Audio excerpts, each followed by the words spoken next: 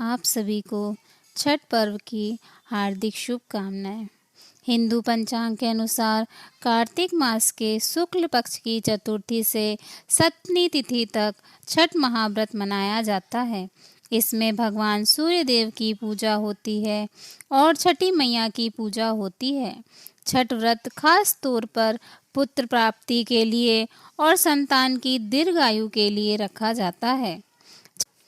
छठ पर्व पर छठी मैया के जयकारे के साथ उनकी आराधना की जाती है।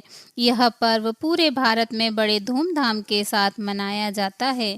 दिवाली के 6 दिन बाद छठ मनाया जाता है। छठ के महाव्रत को करना अत्यंत पुण्यदायक है।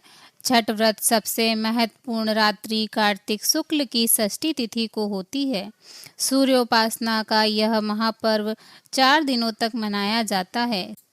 पौराणिक कथा के अनुसार जब पांडव जुए में अपना सारा राजपाट हार गए, तब द्रौपदी ने छठ का व्रत रखा था। द्रौपदी के व्रत के फल से पांडवों को अपना राजपाट वापस मिल गया था। इसी तरह छठ का व्रत करने से लोगों के घरों में समृद्धि और सुख आता है। छठ मुख्य रूप से बिहार, झारखंड, उत्तर प्रदेश सहित कई क्षेत्रों में छठ का महत्व है। छठ महापर्व में छठी मैया की पूजा आराधना के साथ साथ सूर्य देव की पूजा भी की जाती है। सूर्य देव को ऊर्जा और जीवन की शक्ति का देवता माना जाता है, इसलिए छठ पर्व पर समृद्धि के लिए उनकी पूजा की जाती है। एक पौराणिक लोक कथा के अनुसार लंका विजय के बाद राम राज्य की स्थापना के दिन कार्तिक शुक्ल षष्ठी को भगवान श्री राम जी ने और माता सीता जी ने यह व्रत किया था और सूर्यदेव की आराधना की थी। सप्तमी को सूर्योदय के समय पुनः अनुष्ठान कर सूर्यदेव से आशीर्वाद प्राप्त किया था। एक अन्य मान्यता के अनुसार छठ पर्व की शुरुआत महाभारत काल में हुई थी। सबसे पहले सूर्यपुत्र कर्ण ने सूर्यदेव की पूजा शुरू की। कर्ण भगवान सूर्य के परम भक्त थे। वह प्रतिदिन घंटों कमर तक पानी में खड़े होकर सूर्य को अर्घ्य देते थे। सूर्य की कृपा से वह महान योद्धा बने। आज भी छठ में अर्घ्य दान की यही पद्धति प्रचलित है।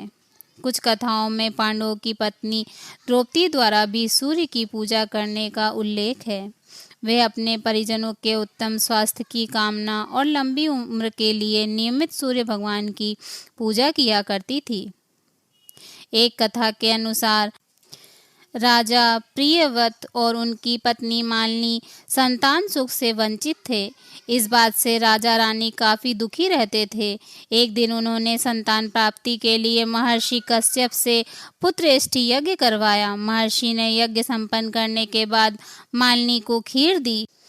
खीर का सेवन करने के बाद मालिनी गर्भवती हो गई और 9वें महीने बाद उसे एक पुत्र की प्राप्ति हुई, लेकिन दुर्भाग्य से उसका पुत्र मृत पैदा हुआ। यह देखकर राजा रानी बहुत दुखी हो गए और निराशा की वजह से राजा ने आत्महत्या करने का मन बना लिया। परंतु जैसे ही राजा आत्महत्या करने लगे तो उनके सामने भगवान की मानस पुत्री देवसेना प्रकट हुई और उन्होंने कहा, मैं षष्ठी देवी हूँ और मैं लोगों को पुत्र सुख प्रदान करती हूँ। जो व्यक्ति सच्चे मन से मेरी पूजा आराधना करते हैं उसकी मैं सभी मनोकामनाएं पूर्ण करती हूँ। यदि राजन तुम मेरी विधि विधान से पूजा करोगे तो मैं तुम्हें पुत्र रत्न प्राप्ति का वरदान दूंगी।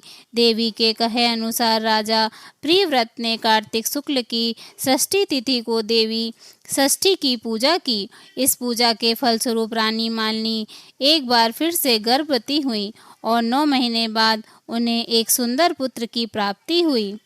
कहते हैं तभी से छठ पर्व मनाए जाने की परंपरा शुरू हुई। बोलो छठी मैया की जय, सूर्य भगवान की जय।